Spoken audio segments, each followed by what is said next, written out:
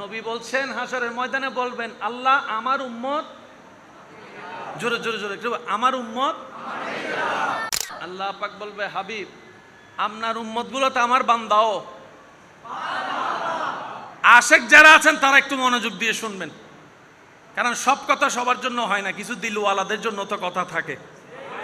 কি বলেন, ঠিক কিনা? আল্লাহ পাক বলে, হাবিব যারা আপনার উম্মত তারা আমার বান্দাও তো। হাবিব বলে যে ঠিক আছে আপনার বান্দা, কিন্তু আপনি তো আহকামুল হাকিমিন, হিসাব যদি নেওয়া শুরু করেন আমার উম্মত একটাও পার পাবে না, আমি ভালো করেই জানি। আমি সিদ্দিককে নিয়ে ভাবি না, ফারুক ওসমান আলীকে নিয়ে ভাবি না, হাসান ও হোসেন ফাতেমাকে নিয়ে আমার ভাবনা নাই। আমি নবী তো তাদেরকে চাচ্ছি যারা গুনাহ করেছে, অপরাধ করেছে, যারা গুনার মধ্যে লিপ্ত ছিল, যারা অসহায়, তারা পাপী। আমি নবী তো তাদেরকে চাচ্ছি, রব্বি হাবিলি উম্মতি, আমার উম্মত আমাকে দিয়ে দাও, আমার উম্মত আমার দায়িত্বে ছেড়ে দাও। আল্লাহ পাক বলে, হাবিব আপনার দায়িত্বে ছাড়বো কেন? নবী বলে যে আল্লাহ আপনি রউফুর রহমানুর রহিম যেমন, আপনি রহমানুর রহিম যেমন, আপনি আহকামুল হাকিমিনও তেমন। আপনি যদি কঠিন বিচার নেওয়া শুরু করেন আমার এই গুনাহগার উম্মতগুলো একটাও পার পাবে না, একটাও যাবার পাবে না। জান্নাত পাওয়ার তো দূরের কথা, জান্নাতের গ্রাণও পাবে না। আল্লাহ তুমি আমাকে দিয়ে দাও, অন্তত আমার দিকে তাকাই হলো তো গুনাহগারকে জাহান্নামী থেকে তুমি জান্নাতি করে দিবে। সুবহানাল্লাহ। আরশে হক হে मसनदे रिफ़अत रसूलुल्लाह की देखनी है, हशर में इज्जत रसूलुल्लाह की। ला व रब्बिल अर्श जिसको जो मिला उनसे मिला, बटती है कौनैन में नेमत रसूलुल्लाह की। चित्कार दिए बोलें सुबहान अल्लाह, और एक जोरे बोलें सुबहान अल्लाह। मन भरे एक बार दरूद शरीफ पढ़ें, अल्लाहुम्मा सल्ले आला।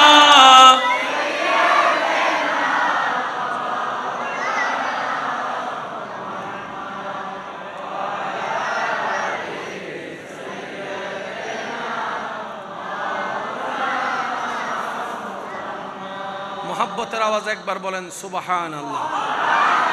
সেই নবী বলছেন, উম্মত তোমরা যখন নামাজ পড়ো, কি কোনো সমস্যা?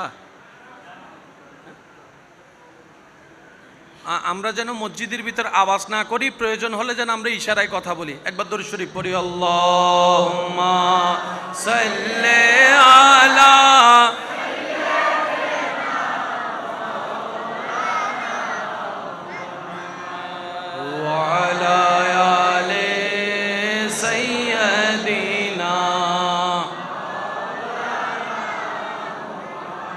উচ্চ আওয়াজ একবার বলি মারহাবা।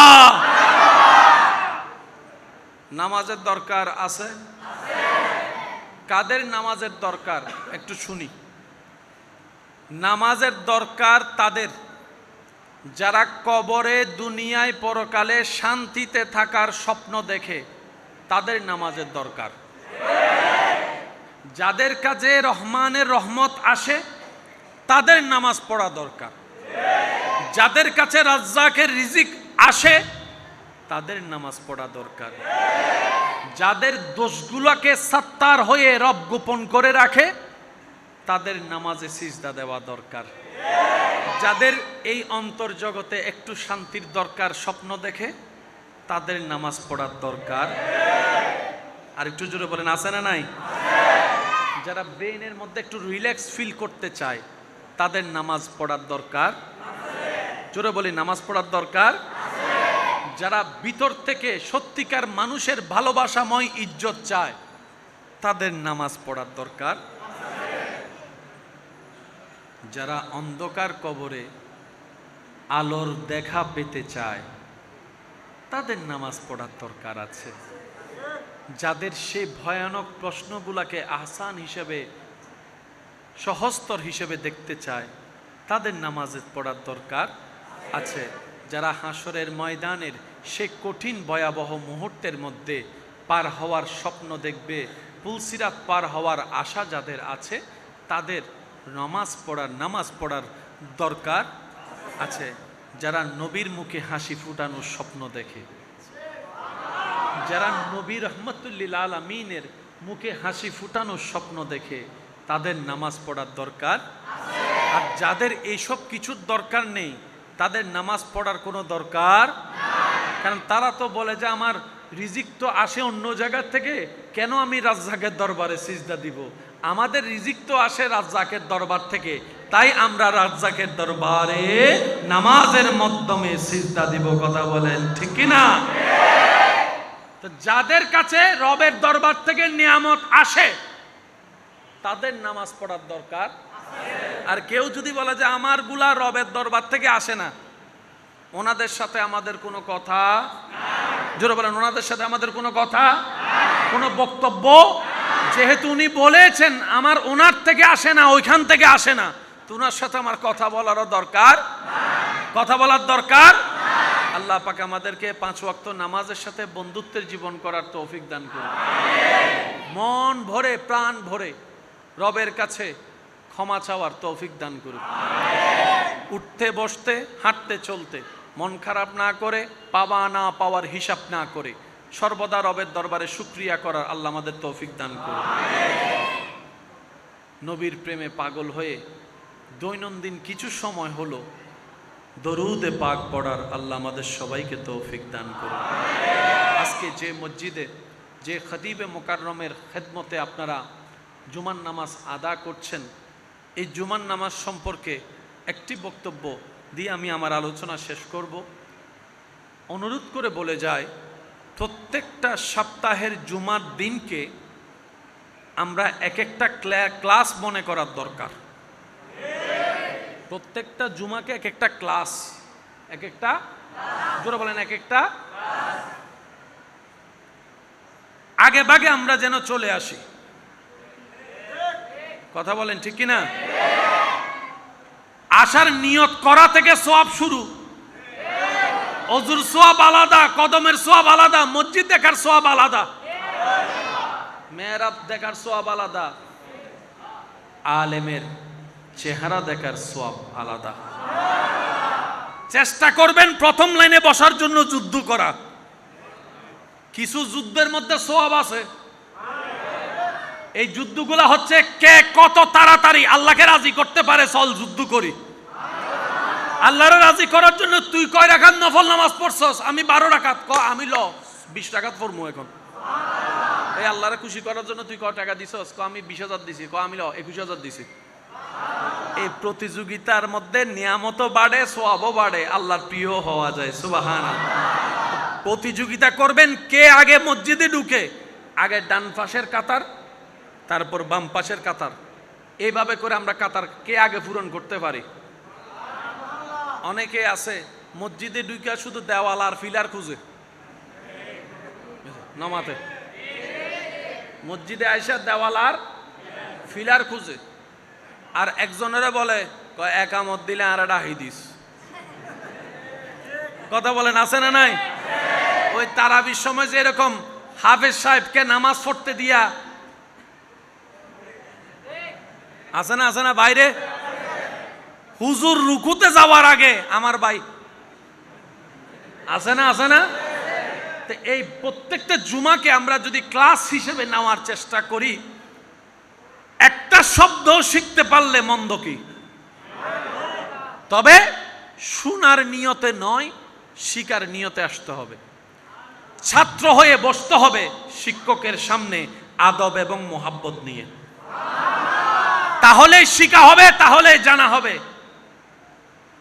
আমার একজন উস্তাদ বলতেন, যত তুমি নিজেকে মূর্খ বানায় রাখবা তত তুমি শিখতে পারবা, জানতে পারবা, বুঝতে পারবা। যেদিন তোমার মন বলবে, ব্রেন বলবে আমি জেনে গেছি, শিখে গেছি, সেদিন থেকে তোমার শিখা, বলেন না, সেদিন থেকে তোমার শিখা। যত নিজের মূর্খ বানায় রাখবেন, দেখবেন দাদা হয়ে নাতি থেকেও শিখতে পারবেন। কথা বলে না ভাই? এটাকে বলা হয় দোলনা থেকে কবর পর্যন্ত শিক্ষা। এই যে অনেক ক্যামেরা ভাইয়েরা এখানে আছেন, আমি হাজার বিষয়ে ফটো আর কি 10টা মিনিট ক্যামেরা চালাইতে দিলে পারবো?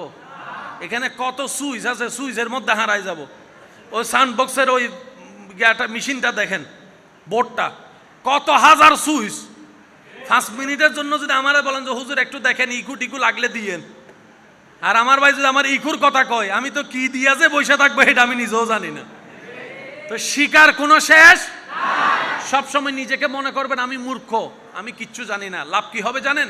আপনার শিকা বাড়তে থাকবে, আপনার মনে কখনো অহংকার আসবে না, কাউকে ছোট দেখানোর ইচ্ছাও লাগবে না, কারো উপর আপনি দেমাগ দেখায় কথা বলার সুযোগ আর শয়তানে পাবে না, কারণ আপনি নিজেকে মূর্খ বানায় রেখেছেন। আল্লাহ পাক আমাদেরকে দিন ইসলাম শিকার বুজার, নবীর প্রেম দিয়ে কোরআন সুন্নাহকে দেখার আল্লাহ তৌফিক দান করুক। আমরা যারা এসেছি নবীর ওয়াফাদার উম্মত, আল্লাহর ওয়াফাদার বান্দা হয়ে যেন আমরা কবরে গিয়ে হাসর উঠতে পারি, আল্লাহ আমাদের সবাইকে সেই নসিব দান করুক। আর একটু জোরে বলেন না। শেষ একটা কথা বলে বিদায় নিচ্ছি। রসুলের শান কেমন, কতটুক শান, এটা এখানে বোঝা যাবে না যতক্ষণ আমরা হাসরে না যাব।